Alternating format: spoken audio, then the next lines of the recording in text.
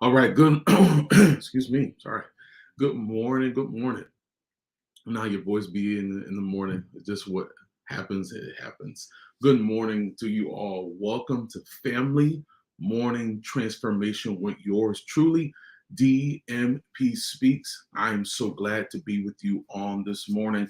It's a wonderful time to not only exist, but to be alive. And I hope that you and your family are safe and that you are healthy mentally, emotionally, and spiritually. Welcome to Family Morning Transformation. If this is your first time being with me, let me introduce myself. My name is David M. Pinkston, but I go by the name of DMP Speaks. I am an empowerment speaker, board certified Christian counselor, and I'm also a family restoration specialist, which is family coach. I'm here to help be the bridge gapper between you as the parent and guardian and your child or children. I'll come to rebuild and grow your family dynamic. I do these Monday through Friday at 7:30 a.m. Eastern Standard Time and on Saturday at 8:30 a.m. So I am excited to talk and give you something that I feel like will be helpful for your family. What I want to talk about just for a few moments, I'm going to try to make this short, but my lives have been, I feel like they've been impactful. This is what I've been hearing, right? Because I really want to help your family grow. I really want to help when the doors are closed and people are not around. You all went to school, work, all of the grocery shopping, all that. I want to help you build your family with inside your family. Does that make sense? In the four walls of your family, however your family has been, placed together, blended families, however your family looks, that is your family. I want to help and give you tips, tools, activities, those particulars. What I want to talk to you about today is that it's a kind of unusual topic, but I believe it's necessary to talk about. Now, we are all, as a parent, guardian, grandma, grandpa, however your position is when it comes to those children that you are watching or that particular child. We always make the notion that we are raising children. So I believe that wholeheartedly that, as their development, as they grow, you're raising that particular child, right? But I'm not trying to do any kind of like expressive context or thought, but I'm getting to help make you understand that you're more than just raising a child, you're raising a young adult into adulthood. And that is my particular topic today that I want to talk about, because we're more than just raising them to be a certain age. We're raising them to be able to do things on their own, to equip them with what they need, to equip them with the necessary information, the necessary tools, right? The necessary things that they need for them to succeed. Does that make sense? For them to succeed. So we're not just raising children, we're raising adults. I feel like it's a different kind of mindset when we think about just raising children versus raising adults. Like, okay, for example, my son is 14, right? He's not to the place to be able to take care of himself. He still has to follow our rules, right? He still has to follow the rules of the house and what we say. Yes, definitely has a voice, right? But to be able to, for his development, he has to be able to follow the leading of what we say and what we do for his development. So at this tender age of 14, almost 15 in July, we're not just raising him as a child. We're raising him to be an adult. We're raising him to be a man. So there are certain things, my conversation is what I'm trying to say, has changed from what we used to tell him and talk to him about. We have conversations that are adult like or adult ish, because in these days and times, you really just can't say, well, I'm raising my child to be. No, you're raising a young adult. You're raising an adult, because there's going to be one day, because we're all getting older, the time, as my parents used to say, time waits for no one. And because time waits for no one, we're all getting older, right? And because we're all getting older and we're all developing and we're all maturing, that child, him or her, are not going to be 14 and 15 forever. Just take the next 5 years. My son, after this year, next 5 years, he'll be 20. 5 years is not a long time. It's not. So my conversation not needs to change. It has changed. Why am I giving you all of this examples there? Because you are not just raising a child, you're raising an adult. They need certain conversations now. Because let's be honest, the world has changed drastically. Even before COVID came, some of these kids know more than what you think they don't know. And because they know so much and they've been exposed, and here's the thing, the internet is not bad, it's the way that you use it. Social media is not bad, it's the way that you use it. Phones are not bad, it's the way that you use it.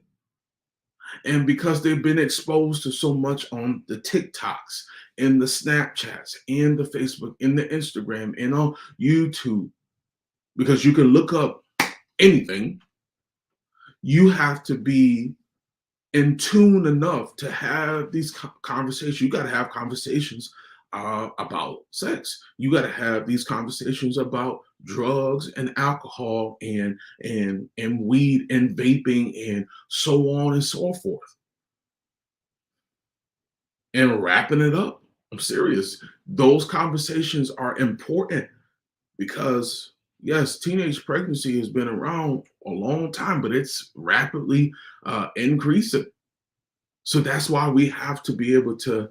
I know our teens, they get it, they feel like, they're always on our backs, but we have to stay connected to what is going on, stay connected to how they're feeling, what they're dealing with, and also keep parenting, because we don't want them to get to a certain age and they don't know.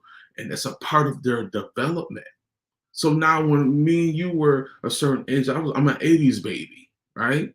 I'm an 80s baby. So there was conversations that I've kind of had as I was growing up with my parents living in their home, right? But now it's more prevalent. A lot of these things are out in your face. So these conversations with our children are so important. So because I made this title, this topic today, this morning, you're not just raising a child, you're raising a young adult, you're raising an adult, especially if they're over 15. Man, you got to hold on to them as long as you can. Y'all hear what I'm saying? You got to hold on to them as long as you can. You got to feed them the knowledge and the understanding and the wisdom as much as you can. Because I'm telling you, parents, guardians, if you don't, if you don't hold on to them, I'll say it again, if you don't hold on to them and give them what they need, all I'm gonna say to you is it's not gonna be pretty. It's not gonna be in your favor. You might be nervous, but you got to have these conversations. It might make you feel uncomfortable, but you got to have these conversations. I'm not saying you got to drill these things into them every single day that I just mentioned, but you sure got to talk about it often. You sure got to develop them to have their own mind to make great decisions and not to be indecisive. Because indecisiveness, excuse me, is a huge problem when they don't know how to make great decisions. Because a lot of times their decision making protocols have come from the people they hang out and see the most, which is you. So, being honest, if you're not making all the right decisions, they're not either. So sometimes we got to clean up, as the song used to say. I say I'm so old school churchy. Clean up where I messed up.